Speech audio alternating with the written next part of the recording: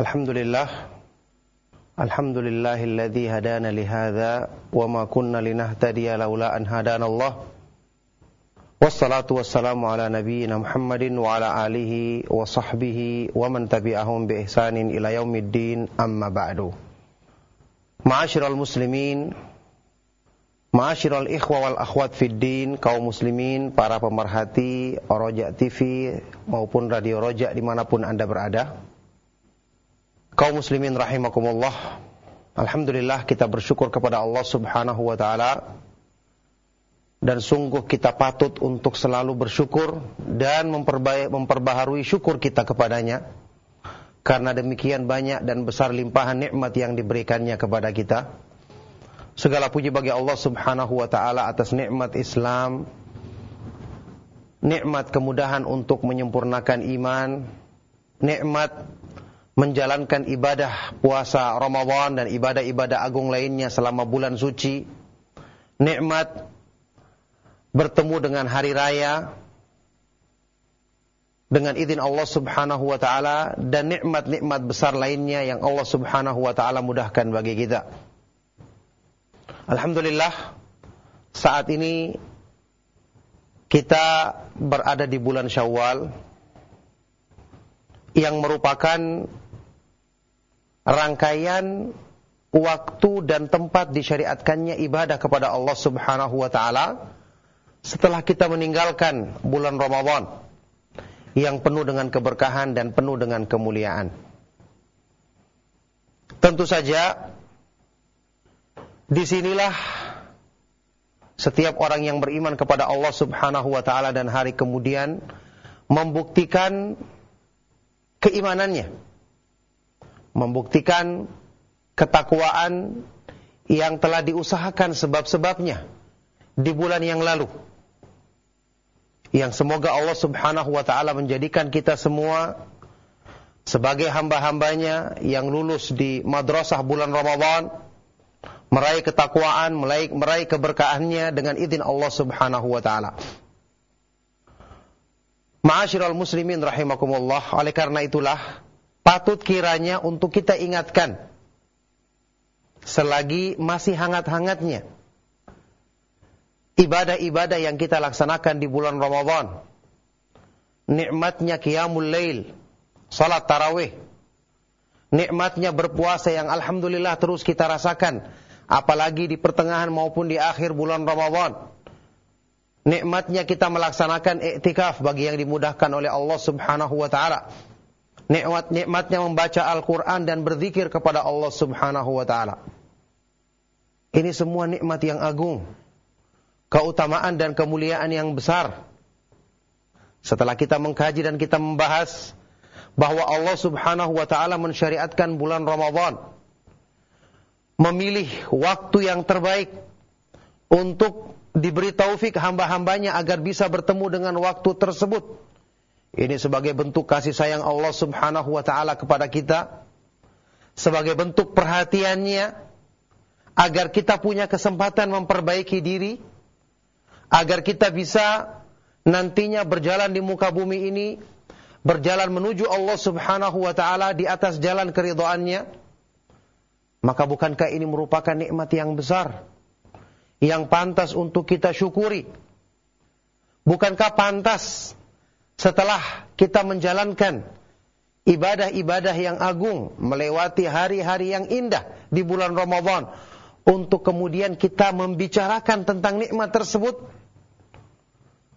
untuk kemudian kita kaji tentang kunci yang menjadikan nikmat tersebut tetap dalam diri kita? Tidak lain kunci tersebut adalah bersyukur kepada Allah subhanahu wa ta'ala. Ma'asyiral muslimin, para pemerhati Roja TV maupun Radio Roja dimanapun Anda berada, azzakumullah. Kalau kita perhatikan, Allah subhanahu wa ta'ala ketika menyebutkan tentang bulan suci Ramadan, dan di akhir bulan ini setelah kita menyempurnakan puasa kita selama sebulan penuh, Allah subhanahu wa ta'ala mensyariatkan kita untuk bertakbir, memuji dan membesarkan Allah dalam rangka mensyukuri nikmat hidayahnya. Coba renungkan makna firman Allah Subhanahu wa taala yang mungkin sering kita baca di waktu-waktu kita bertakbiran di hari raya kemarin, ya. Allah Subhanahu wa taala berfirman, "Walitukmilul iddata walitukabbirullaha 'ala ma hadakum wa la'allakum tashkurun." Dan agar kalian menyempurnakan bilangan hari-hari berpuasa di bulan Ramadan, agar kalian bertakbir membesarkan nama Allah Subhanahu wa taala, memuji kebesarannya. Wala'allakum tashkurun, dan agar kalian bersyukur. Walitukmilul iddata walitukabbirullaha, dan agar kalian membesarkan nama Allah Subhanahu wa taala atas hidayah yang diberikannya kepadamu. Wala'allakum tashkurun, dan agar kalian bersyukur kepada Allah Subhanahu wa taala. Coba lihat seseorang hamba yang merenungkan tentang keadaan dan kelemahan dirinya, keterbatasan dirinya, ketidakmampuan dirinya untuk menunaikan kebaikan-kebaikan. Kalau bukan dengan pertolongan dan taufik dari Allah Subhanahu wa taala, tidak akan mungkin kita bisa mengenal Islam, mengenal sebab-sebab yang memperbaiki iman. Tidak akan mungkin kita bisa menyadari keburukan perbuatan dosa kita untuk kemudian kita sungguh-sungguh bertobat kepada Allah. Tidak akan mungkin kita bisa mengenal indahnya mengikuti sunnah Rasulullah sallallahu alaihi wasallam. Kalau saja penghuni surga setelah mereka masuk ke dalam surga, mereka memuji Allah Subhanahu wa taala sebagai wujud syukur. Mereka menisbatkan nikmat hidayah kepada Allah Subhanahu wa taala yang kita ketahui bersama ucapan mereka.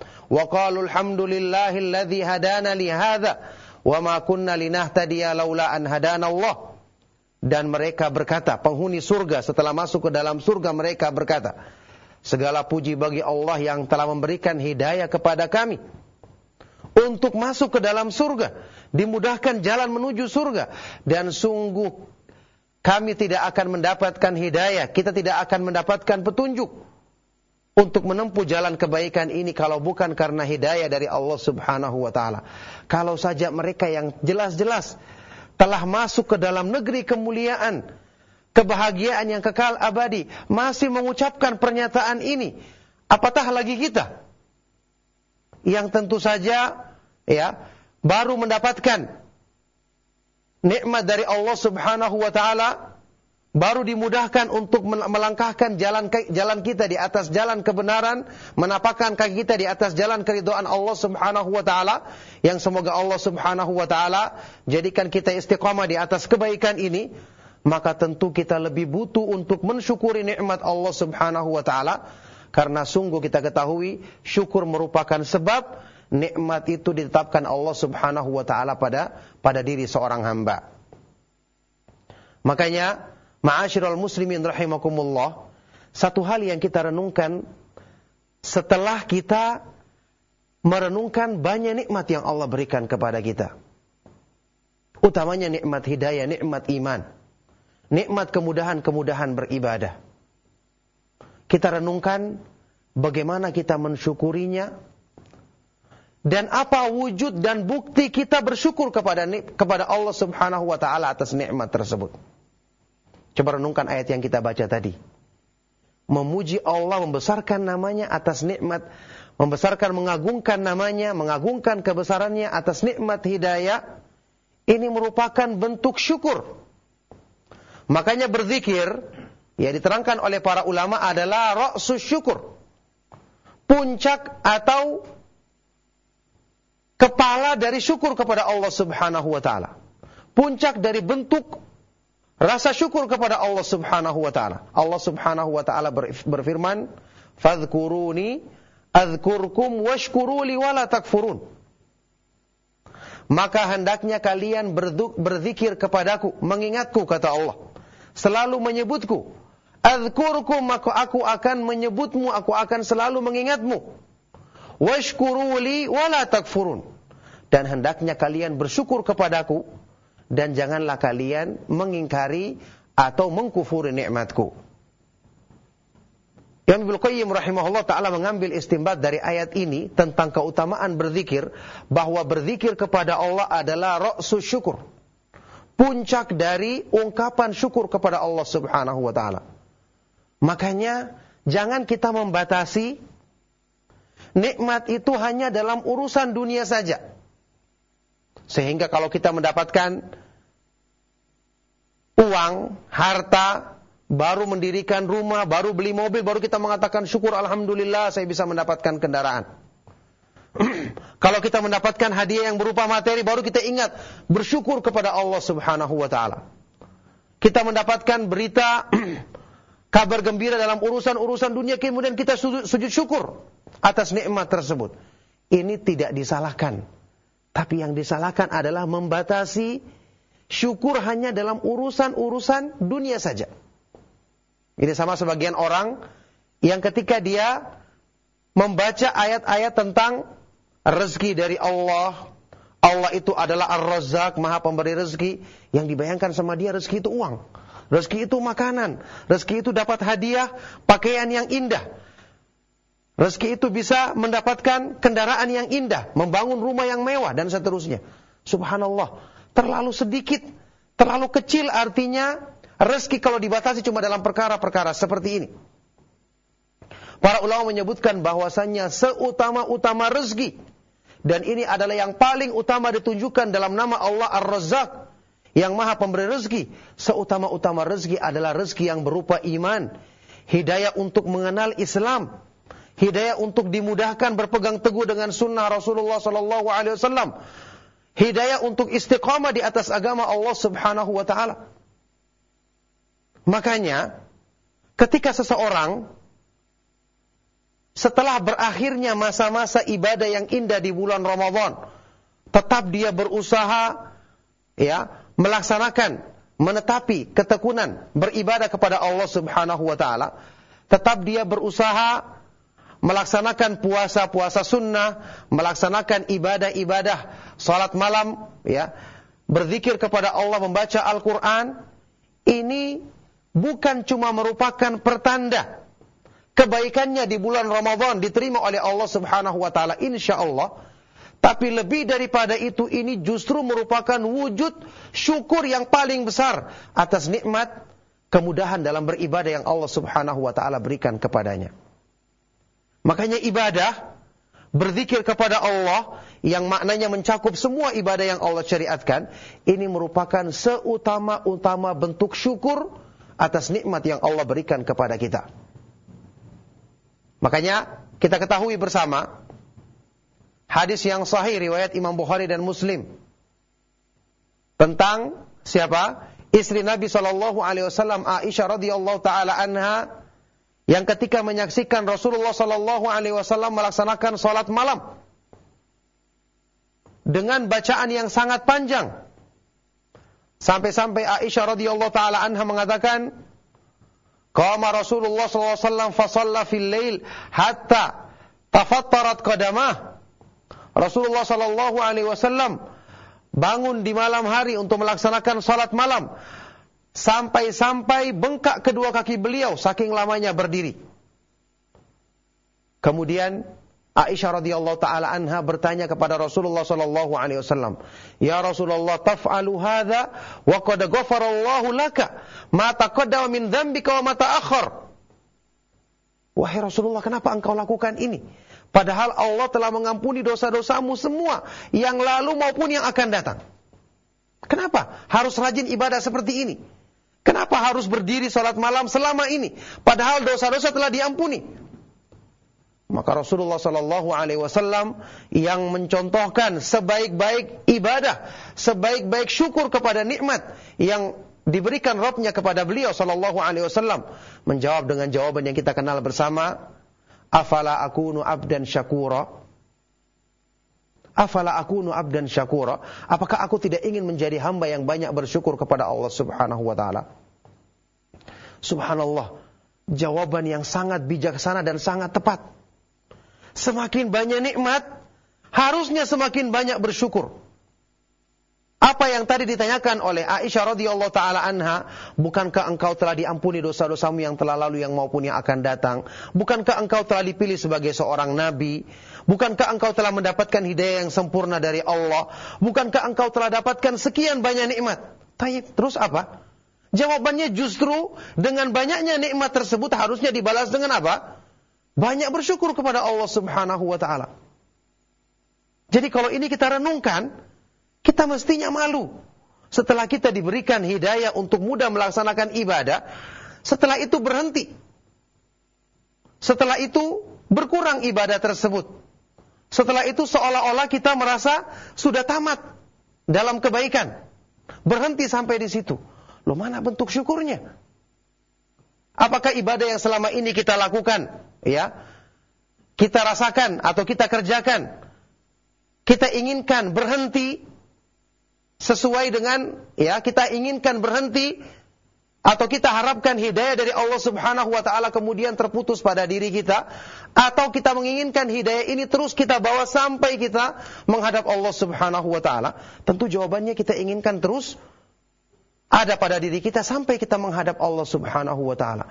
Kalau seperti itu, berarti kita terus membutuhkan hidayah ini dijaga dalam diri kita, maka wujudkanlah sebab untuk menjaga hidayah tersebut dengan bersyukur kepada Allah Subhanahu wa taala.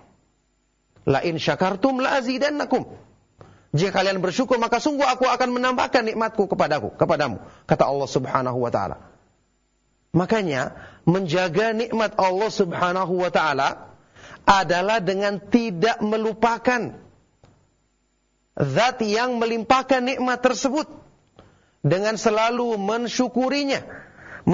Mensyukuri nikmat Allah Subhanahu wa taala dilakukan dengan memuji Allah Subhanahu wa taala, menyanjungnya atas limpahan nikmat tersebut dengan lisan kita, kemudian hati kita mengakui dan menisbatkan nikmat tersebut kepada Allah Subhanahu wa taala semata-mata, dan anggota badan kita mengamalkan amalan-amalan ketaatan yang diridhai oleh zat yang melimpahkan nikmat tersebut.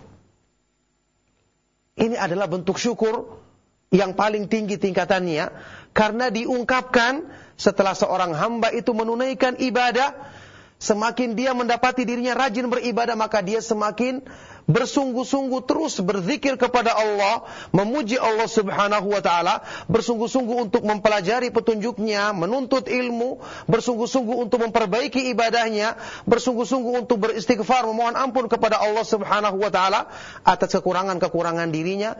Inilah hamba yang benar-benar menyempurnakan syukur pada dirinya. Makanya Imam Syafi'i rahimahullah taala dalam sebuah ucapan yang terkenal pernah mengungkapkan, alhamdulillahilladzi lam yu'adda syukru ni'matin min ni'amihi illa bi ni'matin hadithatin tujibu syukrahu 'alaiha. Segala puji bagi Allah yang tidaklah seorang hamba menunaikan satu nikmat, menunaikan syukur atas satu nikmat yang dilimpahkannya, kecuali dengan nikmat yang baru yang mengharuskan hamba itu bersyukur lagi atas nikmat tersebut. Tidak akan pernah terputus. Kita mengucapkan alhamdulillah atas nikmat Allah itu adalah karena taufik dari Allah. Maka kita harusnya bersyukur lagi. Maka tidak mungkin seseorang yang merenungkan nikmat yang besar ini kemudian akan berhenti dari untuk selalu beribadah kepada Allah Subhanahu wa taala, untuk selalu memujinya, untuk selalu berzikir membesarkan keagungannya. Oleh karena itulah ma'asyiral muslimin rahimakumullah, salah satu di antara hikmah besar kenapa Allah Subhanahu wa taala mensyariatkan ibadah-ibadah yang mengikuti apa yang telah kita kerjakan setelah di bulan Ramadan yang penuh berkah yang telah kita lewati di hari-hari yang lalu. Setelah kita berpuasa di bulan Ramadan, ada puasa 6 hari di bulan Syawal, ada puasa-puasa sunnah di bulan-bulan yang lainnya, ada puasa Senin Kamis, ada puasa 3 hari setiap bulan, dan ibadah-ibadah puasa lainnya. Setelah kita melaksanakan salat tarawih, ada qiyamul lail setiap malam kita lakukan. Ada keutamaan membaca Al-Quran di hari-hari yang lain, keutamaan berzikir, berdoa, beristighfar, semua. Untuk apa Allah Subhanahu wa taala mensyariatkan ini? Ya, tentu di antara hikmah terbesarnya adalah agar hamba memiliki kesempatan untuk mensyukuri nikmat ibadah kepada Allah Subhanahu wa taala dengan semakin teguh berpegang teguh dengan ibadah tersebut, dengan semakin kuat berpegang teguh dengan ibadah tersebut. Di samping tentu saja Allah Subhanahu wa taala menjadikan ibadah-ibadah ini sebagai pemuas dahaga hamba-hambanya yang beriman. yang telah merasakan manisnya iman, sehingga mereka selalu ingin menetapi ibadah-ibadah tersebut dan tidak ingin lepas darinya, karena sungguh kenikmatan tertinggi bagi hamba-hamba yang beriman adalah ketika mereka berzikir, beribadah dan mendekatkan diri kepada Allah Subhanahu wa taala. Nah, oleh karena itulah, ma'asyiral muslimin, para pemerhati Roja TV dan Radio Roja dimanapun Anda berada, menetapi ibadah sungguh merupakan sebab dan pertanda seorang hamba yang akan selalu dibimbing untuk istiqamah di atas agama Allah Subhanahu wa taala. Rasulullah sallallahu alaihi wasallam ketika mengamalkan satu amalan, maka beliau akan selalu menetapinya. Bahkan selalu bertambah kesungguhan beliau dalam melaksanakan ibadah-ibadah tersebut. Allah Subhanahu wa taala mensyariatkan ibadah puasa 6 hari di bulan Syawal yang demikian besar keutamaannya, seperti diterangkan oleh Imam Ibn Rajab Al-Hambali. Di antara hikmahnya adalah sebagai bentuk syukur dari hamba atas nikmat kemudahan menjalankan ibadah puasa di bulan Ramadan yang Allah Subhanahu wa taala mudahkan bagi mereka. Oleh karena itu, bersyukur kepada Allah Subhanahu wa taala, ini yang menjadi sebab terjaganya hidayah dalam diri kita. Dan ingat, Allah Subhanahu wa taala menyebutkan dalam Al-Qur'an, wa qalilum min ibadiyasy syakur, dan sangat sedikit di antara hamba-hambaku yang banyak bersyukur kepada Allah Subhanahu wa taala. Maka janganlah menjadi orang-orang yang dicela, yang disebutkan dalam ayat ini bahwa mereka adalah orang-orang yang sedikit jumlahnya. Kemudian di samping itu, mensyukuri nikmat ibadah dengan selalu menetapinya, semakin tekun melaksanakannya, ini merupakan bentuk kita selalu merendahkan diri di hadapan Allah Subhanahu wa taala dan menjadikan kita tidak lupa diri untuk menisbatkan nikmat tersebut kepada Allah Subhanahu wa taala semata-mata. Coba lihat bagaimana Allah Subhanahu wa taala mencela sebagian manusia dalam Al-Qur'an yang mereka telah mengaku beriman dengan benar, padahal iman belum masuk ke dalam hatinya, baru menampakkan Islam secara zahir. Karena mereka belum merasakan nikmatnya beribadah kepada Allah. Belum menjadikan berpegang teguh dengan ibadah itu adalah bentuk syukur kepada Allah. Mereka masih merasa Islam itu adalah pelaksanaan mereka terhadap ibadah-ibadah dalam Islam adalah bentuk kebaikan mereka untuk Islam. Bukan kebaikan dari Islam yang Allah Subhanahu wa taala berikan kepada mereka. Subhanallah, kita semua pernah mendengar Imam Ahmad bin Hanbal rahimahullah ta'ala ketika beliau dipuji oleh seseorang yang mengatakan, jazakallahu anil islami khairan, semoga Allah Subhanahu wa ta'ala memberikan balasan kebaikan kepadamu dari Islam, memberikan balasan dari Islam untukmu dengan kebaikan. Yakni kamu ini punya jasa besar terhadap Islam, semoga Allah membalasmu dengan kebaikan karena jasamu terhadap Islam. Mendengar ucapan ini, beliau murka dan marah dan mengatakan, waihak, man ana hatta yuqali liha misla hadza. Celakalah kamu. Siapa aku sampai diucapkan ucapan seperti ini kepadaku? Bal jazallahu al-islam anni khairan. Bahkan seharusnya yang benar adalah semoga Allah Subhanahu wa taala memberikan balasan kebaikan kepada Islam dariku karena jasa-jasa Islam kepadaku. Tidak ada seorang pun di antara kita yang merasa berjasa terhadap Islam, telah berbuat banyak untuk Islam, telah melakukan kebaikan-kebaikan untuk Islam. Wallahi, justru dengan kita dipilih sebagai seorang muslim, berpegang teguh dengan Islam, dimudahkan hidayah untuk mengenal iman, ini menunjukkan bukti kebaikan-kebaikan dalam Islam yang Allah Subhanahu wa taala sempurnakan untuk kita. Justru merupakan bukti sempurnanya nikmat Allah Subhanahu wa taala, rahmat dan karunia-Nya kepada kita yang Allah Subhanahu wa taala jadikan dengan kita mengenal Islam. Makanya Allah Subhanahu wa taala berfirman tentang sekelompok orang, orang-orang Arab Badui yang mereka membanggakan keislamannya. Allah Subhanahu wa taala berfirman, qalatil a'rabu amanna, di akhir-akhir ayat ini Allah Subhanahu wa taala berfirman, yamunnuna 'alaika an aslamu, Qul la tamunnu alayya islamakum balillahu yamunnu alaikum an hadakum lil imani in kuntum shadiqin. Orang-orang Arab Badui ini yamunnuna alaika, membanggakan, menyebut-nyebut kebaikan mereka kepadamu wahai Rasulullah karena mereka telah berislam. Seolah-olah mereka punya jasa terhadap Islam. Seolah-olah dengan mereka masuk Islam berikan kebaikan kepada Islam. Maka Allah Subhanahu wa taala berfirman, "Qul la tamunnu alayya islamakum." Katakan kepada mereka, janganlah kalian membanggakan keislamanmu. Janganlah kalian menyebut keislamanmu sebagai kebaikan untuk Islam, sebagai jasa kalian terhadap Islam. Balillahu yamunnu alaikum. Bahkan justru Allah Subhanahu wa taala yang melimpahkan kebaikan kepadamu dengan memberikan hidayah bagimu untuk masuk Islam jika kamu benar-benar orang-orang yang jujur, orang-orang yang benar dalam Islammu. Jadi ingatlah, tidak ada seorang pun di antara kita yang merasa keislamannya itu adalah sebagai jasanya terhadap kebaikan agama. Wallahi, kalau bukan karena Allah Subhanahu wa taala memilih kita dengan segala kekurangan yang ada pada diri kita, dengan segala dosa-dosa yang selalu kita lakukan, maka tidak ada seorang pun yang bisa menyelamatkan kita dari kehinaan. Sungguh nikmat yang Allah Subhanahu wa taala berikan kepada kita demikian besar.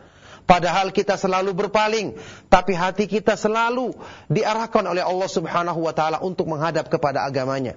Selalu kita berbuat dosa, tapi Allah Subhanahu wa taala senantiasa memberikan taufik kepada kita untuk kembali dan memohon ampun atas dosa-dosa kita.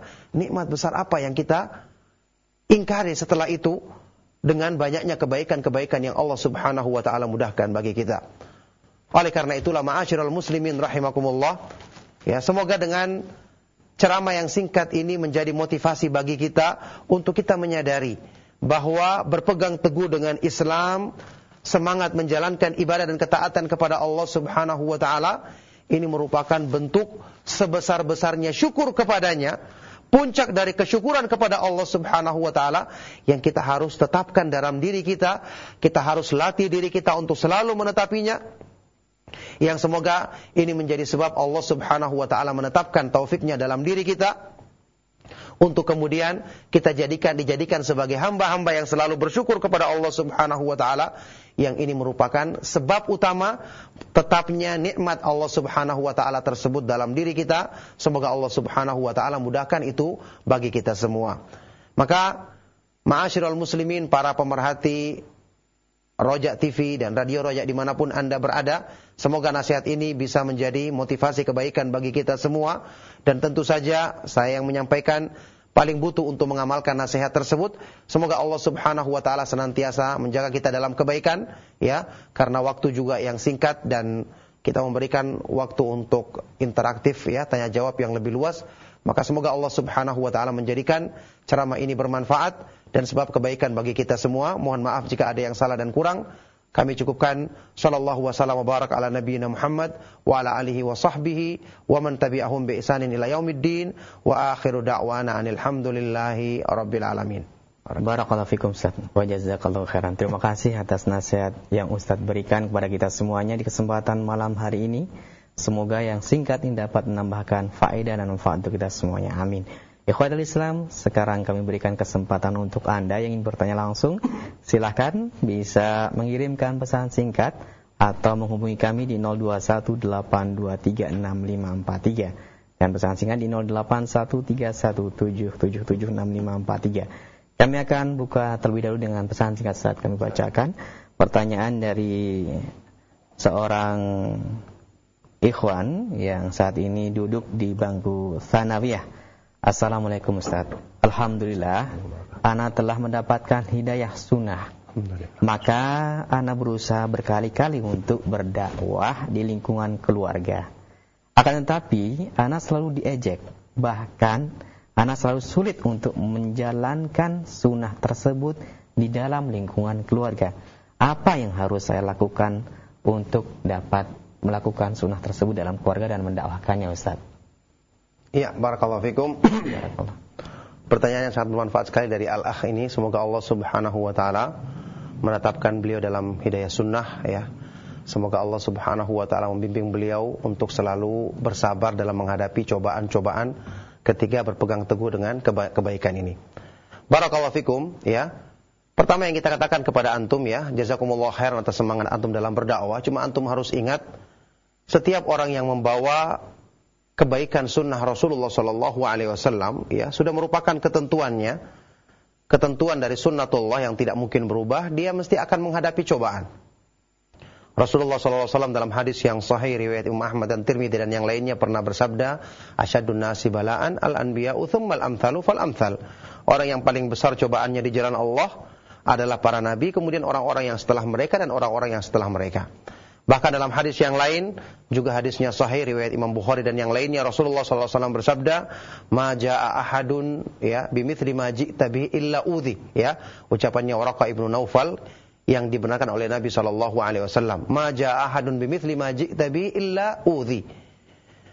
Tidak ada seorang pun yang datang membawa, ya, wahyu atau petunjuk dari Allah Subhanahu wa taala seperti yang engkau bawa wahai Rasulullah, kecuali dia akan disakiti di jalan Allah Subhanahu wa taala.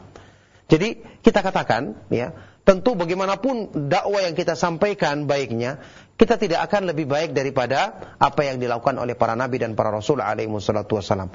Kalau mereka dicela, kalau mereka disakiti, bahkan di antara mereka ada yang diusir dan seterusnya, ya, dilukai, apalagi kita. Makanya kalau kita ingin mengikuti jalannya para nabi dan para rasul alaihi wassalatu wassalam, kita bersabar sambil kita mengoreksi diri, mungkin cara penyampaian kita yang kurang lembut, cara pendekatan kita yang kurang baik, ya. Ketika kita berusaha menegakkan sunnah di keluarga kita, maka insya Allah kalau kita laksanakan dengan baik, ya, sunnah-sunnah yang diajarkan oleh Rasulullah SAW indah dan diterima secara umum oleh akal manusia. Orang yang rajin melaksanakan sholat berjamaah di masjid, siapa yang akan mencelanya? Orang yang setelah dia belajar sunnah semakin lembut, selalu membantu kedua orang tuanya, semakin sayang kepada saudaranya, siapa yang akan mencela perbuatannya? Semakin dia belajar sunnah, dia semakin sopan santun, semakin selalu baik kepada adik-adiknya, selalu membantu pekerjaan orang tuanya, semakin dia taat ketika diperintahkan. Siapa yang akan mencelanya? Maka tentu ini yang perlu kita koreksi, kita perbaiki, ya. Kalaupun saat ini masih terbatas yang kita lakukan, alhamdulillah perkara-perkara yang berhubungan dengan sholat berjamaah, berbakti kepada orang tua, ya, sayang kepada saudara kita, selalu menolong tetangga kita yang mampu kita lakukan, ini insya Allah perkara yang diterima oleh semua orang. Ya, maka semoga Allah Subhanahu wa taala memudahkan bagi al-akh ini untuk sebab-sebab agar bisa dakwah yang disampaikannya diterima oleh anggota keluarganya, ya, dengan tentu saja semakin banyak bertanya dan menyaksikan ceramah-ceramah yang disampaikan oleh para ustadz bagaimana metode berdakwah yang penuh dengan hikmah, ya, yang sesuai dengan petunjuk Allah Subhanahu wa taala dan Rasulnya, yang disampaikan dengan cara yang lemah lembut, yang mudah diterima oleh masyarakat dengan izin Allah Subhanahu wa taala. Nah, barakallahu fikum. Barakallahu Ustaz. Terima kasih atas nasihat Ustaz kepada ikhwan yang bertanya tadi, dan semoga bermanfaat untuk kita semuanya juga. Ikhwatul Islam, kami bacakan kembali pesan singkat dari saudara Syamsuri di Sumeneb, Ustaz. Ustaz, bolehkah kami berzikir dalam bentuk syukur kepada Allah Subhanahu wa taala dengan memakai tasbih dengan bilangan-bilangan tertentu, Ustaz? Bagaimana dengan hal ini, Ustaz? Coba diulang. Silakan. Kami bacakan kembali dari Samsuri di Sumeneb. Bolehkah kami berzikir dalam bentuk syukur kepada Allah dengan memakai atau mengucapkan tasbih dengan bilangan tertentu, Ustaz? Apakah ada bentuk syukur ini? Iya, barakallahu fikum. Berzikir kepada Allah Subhanahu wa taala, ya. Seperti yang ditanyakan oleh Al-Akh Syamsuri tadi, pertanyaan yang sangat bermanfaat. Semoga Allah Subhanahu wa taala senantiasa melimpahkan kebaikan kepada beliau dan keluarganya. Berzikir kepada Allah dengan menggunakan tasbih, maksudnya biji-bijian tasbih mungkin, ya. Dengan bilangan tertentu. Pertama, hadis yang menyebutkan tentang keutamaan berzikir dengan tasbih dengan lafaz ni'mal mudzakir at-tasbih, ya, sebaik-baik alat untuk berzikir adalah tasbih. Ini hadis palsu. Saya pribadi pernah menerangkan secara rinci tentang sebab kepalsuan hadis ini dan permasalahannya di dalam sebuah tulisan yang pernah dimuat di majalah As-Sunnah, ya. Jadi zikir yang dicontohkan oleh Rasulullah SAW adalah zikir dengan menggunakan tangan kanan beliau, dengan jari-jari tangan kanan beliau. Disebutkan oleh salah seorang sahabat Ra'aitu Rasulullah sallallahu alaihi wasallam ya'kidu tasbih biyaminihi. Aku pernah melihat Rasulullah sallallahu alaihi wasallam menghitung zikir-zikir yang beliau ucapkan dengan tangan kanannya. Itu hadisnya hasan. Bahkan dalam riwayat yang lain, Rasulullah sallallahu alaihi wasallam pernah menganjurkan kepada beberapa sahabat wanita untuk berzikir dengan jari-jari tangan, ya, dan beliau bersabda, fa innahunna mas'ulat wa mustantaqat. Sesungguhnya jari-jari itu nanti akan ditanyakan di hadapan Allah dan akan dijadikan berbicara untuk bersaksi bagi kebaikan zikir yang kita lakukan di dunia. Subhanallah, keutamaan kita berzikir dengan tangan kita, dengan jari-jari kita, ternyata akan berbicara menjadi saksi kebaikan kita di hadapan Allah Subhanahu wa taala pada hari kiamat nanti. Makanya inilah zikir yang paling utama. Tentu saja zikir yang kita hitung yang memang adalah zikir-zikir yang memang disebutkan dalam jumlah bilangan tertentu. Ya, misalnya ada zikir-zikir yang bersifat umum, tidak disebutkan hitungannya, maka kita lakukan tanpa perlu dihitung. Disuruh kita berzikir sebanyak-banyaknya, ucapkan subhanallah, alhamdulillah, Allahu akbar secara umum, tidak perlu kita hitung. Adapun nanti zikir-zikir yang ada bilangannya tertentu, seperti misalnya zikir setelah sholat, subhanallah 33 kali, kita hitung dengan cara tadi, menggunakan jari-jari tangan kanan kita. Alhamdulillah 33 kali, Allahu akbar 33 kali, digenapkan dengan la ilallah dan seterusnya sampai selesai. Ini yang perlu kita hitung. Jadi ada zikir-zikir yang memang disebutkan dalam jumlah tertentu, kita hitung. Dan rata-rata tidak lebih, ya, hitungan yang paling tinggi adalah 100 jumlahnya. Ada yang dikatakan lebih dari 100 tapi tidak disebutkan jumlah tertentu. Yang jelas paling maksimal yang ada hitungannya adalah 100, seperti pernyataan dari Syekh Al-Albani rahimahullah ta'ala. Oleh karena itu, kalau kita perlu menghitung, maka kita hitung dengan jari-jari tangan kanan kita. Inilah yang akan bersaksi nanti di hadapan Allah Subhanahu wa taala untuk kebaikan-kebaikan dan lafaz-lafaz zikir yang kita ucapkan. Nah, barakallahu fikum. Baik, barakallahu Ustaz. Terima kasih. Ada satu pesan untuk saya punya beberapa saudara-saudara yang tinggal di Sumeneb, saya ucapkan salam kepada mereka. Semoga Allah Subhanahu wa taala menjadikan istiqamah di atas agama Allah Subhanahu wa taala. Nah, amin. Dan pertanyaan berikutnya Ustaz dari Abdullah di Jakarta yang bertanya, Assalamualaikum Ustaz. Waalaikumsalam. Apakah hidayah dari seorang itu bisa dicabut atau hilang? Iya, barakallahu fikum. Pertanyaan yang sangat bermanfaat dari Al-Akh Abdullah di Jakarta. Ya, semoga Allah Subhanahu wa taala senantiasa menetapkan hidayahnya di atas kita, di atas hidayahnya sampai kita bertemunya, ya, di akhir hayat kita nanti. Naam, hidayah dari Allah Subhanahu wa taala bisa Allah berikan kepada siapa yang dikehendakinya dan juga bisa Allah mencabutnya. Na'udzubillahi min dzalik. Ketika Allah Subhanahu wa taala berfirman dalam Al-Qur'an, "Fa innallaha yudhillu may yasha'u wa yahdi may yasha'." Sesungguhnya Allah Subhanahu wa taala menyesatkan siapa yang dikehendaki dan memberikan hidayah kepada siapa yang dikehendaki. Sebagaimana hidayah itu dia maha kuasa untuk memberikan kepada siapa yang dikehendaki, dia juga bisa mencabutnya dari siapa yang dikehendakinya. Rasulullah SAW bersabda, "May yahdihillahu fala mudhillalah wa may yudlil fala hadiyalah." Barang siapa yang Allah berikan hidayah kepadanya, tidak ada yang bisa menyesatkannya. Tapi barang siapa yang Allah sesatkan dia, maka tidak ada yang bisa memberikan hidayah kepadanya. Jadi hidayah itu milik Allah. Bisa diberikan kepada siapa yang dikehendaki dan bisa dicabut juga kepada siapa yang dikehendaki. Orang yang melakukan sebab-sebab, ya, yang menjadikan hidayah itu menetap dalam dirinya, maka Allah berikan ketetapan bagi dirinya. Ya, semoga Allah Subhanahu wa taala mudahkan itu semua bagi kita. Adapun yang naudzubillahi min dzalik, orang yang melakukan sebab yang menjadikan hidayah tercabut dari dirinya dengan dia tidak mensyukurinya, ya, tidak menisbatkan hidayah tersebut kepada Allah Subhanahu wa taala, tidak mensyukurinya dengan sebenar-benarnya, maka Allah Subhanahu wa taala Maha kuasa untuk mencabut hidayah tersebut darinya. Ini sebagaimana yang diterangkan oleh Ibnu Qayyim rahimahullah taala, merupakan makna firman Allah Subhanahu wa taala, "Ya ayyuhalladzina amanu stajibu lillahi walir rasuli idza da'akum lima yuhyikum wa'lamu annallaha yahulu bainal mar'i wa qalbihi wa annahu ilaihi tuhsyarun."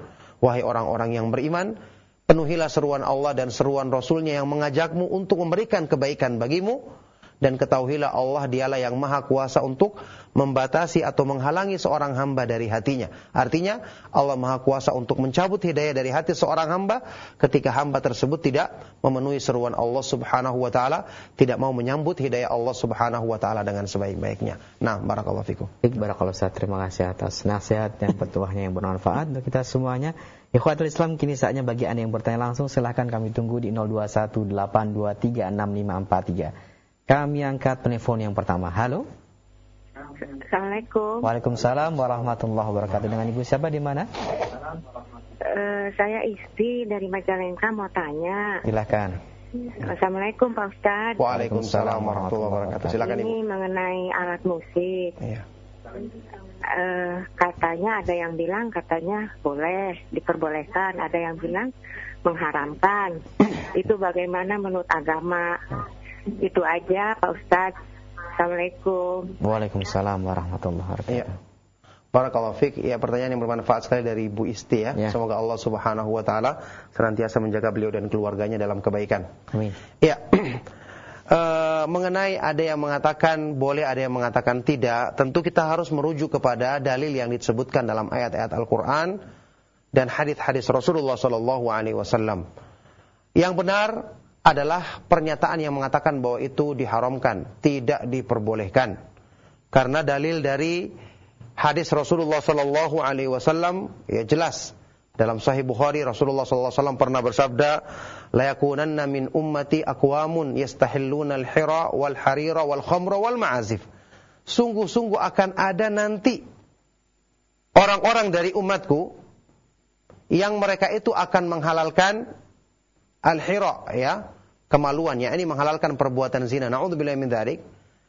Dan sutra, menghalalkan sutra, yakni sutra ini bagi laki-laki tidak diperbolehkan. Wal khamr, minuman keras, dan alat-alat musik.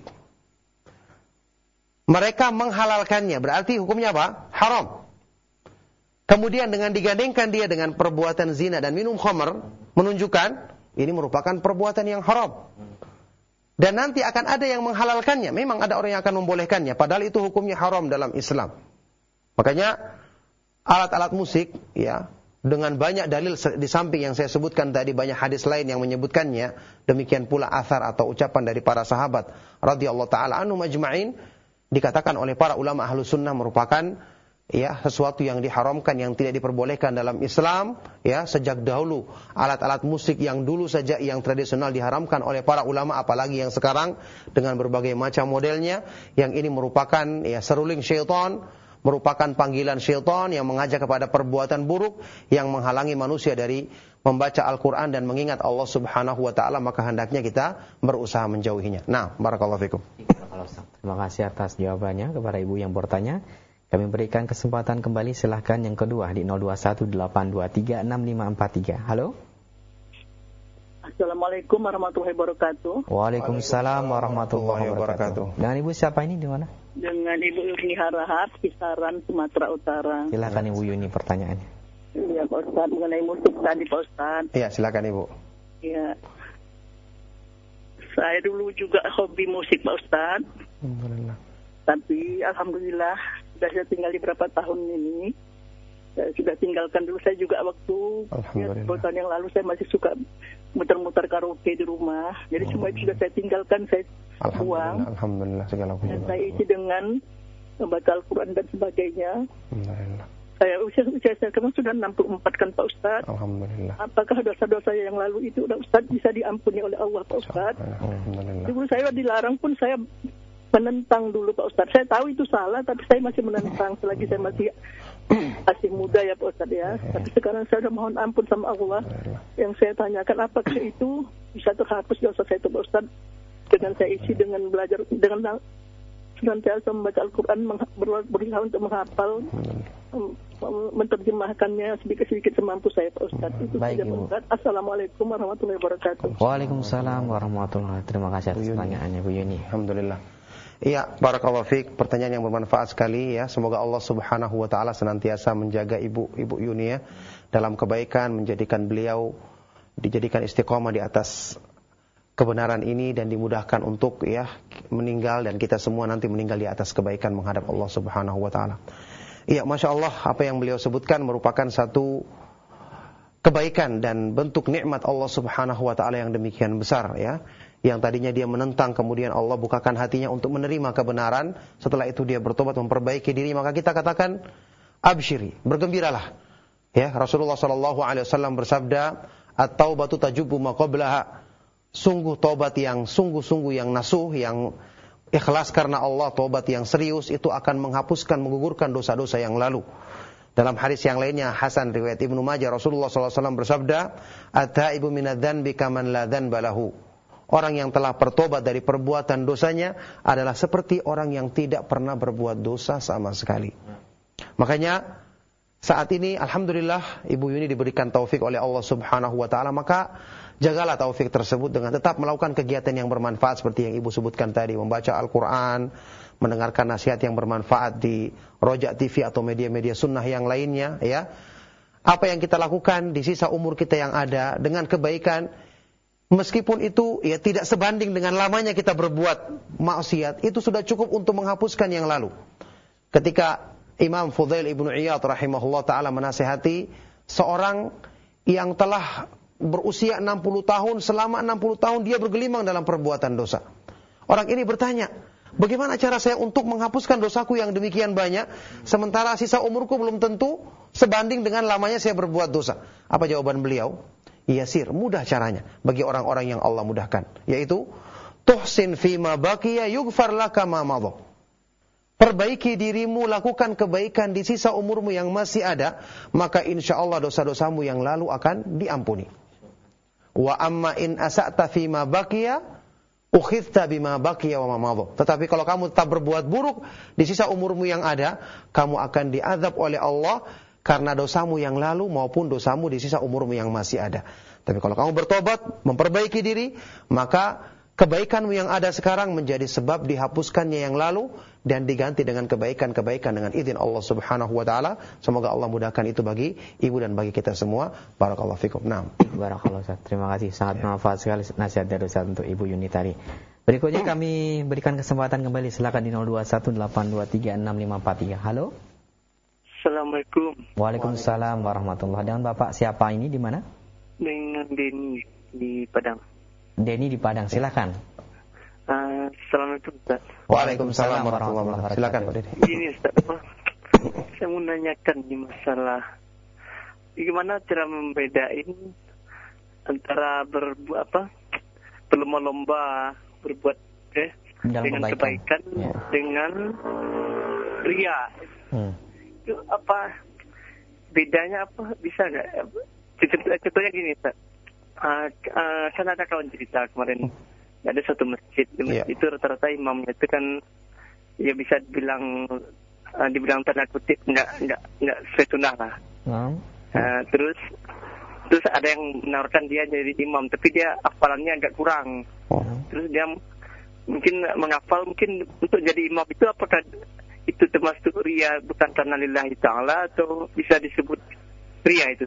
Minta tolong penjelasannya. Ya, assalamualaikum warahmatullahi wabarakatuh. Iya, barakallahu fikum. Ya, pertanyaan yang bermanfaat dari Pak Denny ya. Pak Denny tadi, semoga Allah Subhanahu wa taala senantiasa menjaga beliau dan kita semua dalam kebaikan. Iya, cara membedakan antara berlomba-lomba dalam kebaikan dan berbuat karena ria, ya. Ria artinya memamerkan amalnya. Nauzubillahi min dzalik. Ini merupakan, sudah kita ketahui, dosa yang sangat besar, ya, yang menjadi sebab gugurnya amal dan menjadi sebab Allah Subhanahu wa taala murka kepada hambanya. Nauzubillahi min dzalik. Sudah kita ketahui ancaman dan keburukan perbuatan ria ini. Ya, sekarang cara membedakannya, tentu ini kembali kepada niat. Orang yang berlomba-lomba dalam kebaikan, motivasinya dia adalah karena dia mencintai Allah Subhanahu wa taala dan merasakan manisnya iman, sehingga ibadah itu dia merasakan nikmat, sehingga dia berlomba-lomba dalam mengerjakannya. Ini adalah sifatnya orang-orang soleh seperti yang disebutkan dalam Al-Quran, innahum kanu yusari'una fil khairat. Sesungguhnya mereka adalah orang-orang yang selalu bersegera dan berlomba-lomba dalam melakukan kebaikan. Nah sekarang kalau contoh yang disebutkan sama Pak Denny tadi kita bahas, ada orang yang dijadikan imam, maka dia berusaha menghafal Al-Quran atau memperbaiki bacaannya untuk jadi imam. Ini pertama, menjadi imam itu keutamaannya besar. Ya, punya keutamaan besar. Apalagi dengan dia menjadi imam, dia bisa membimbing misalnya jamaahnya. Apalagi dia mengetahui misalnya imam yang ada saat ini adalah imam yang selalu salah, tidak mengenal sunnah, maka dia berusaha untuk memperbaiki bacaannya agar dengan dia menjadi imam dia bisa menegakkan sunnah, dia bisa baca dengan bacaan yang benar. Maka tentu ini tujuannya baik. Tetapi ada juga orang yang tidak seperti itu. Tujuannya supaya jadi terkenal atau mendapatkan bayaran, supaya dipuji dan disanjung dan seterusnya. Ini tentu berbeda. Makanya ini kembali kepada niat kita.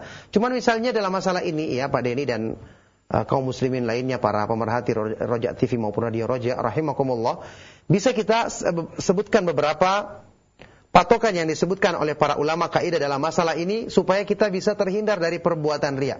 Misalnya kata para ulama, amal-amal yang merupakan kewajiban itu haknya ditampakkan. Jadi orang salat berjamaah misalnya, tidak perlu dia mengatakan saya tidak mau salat berjamaah karena takut riya. Ini salah.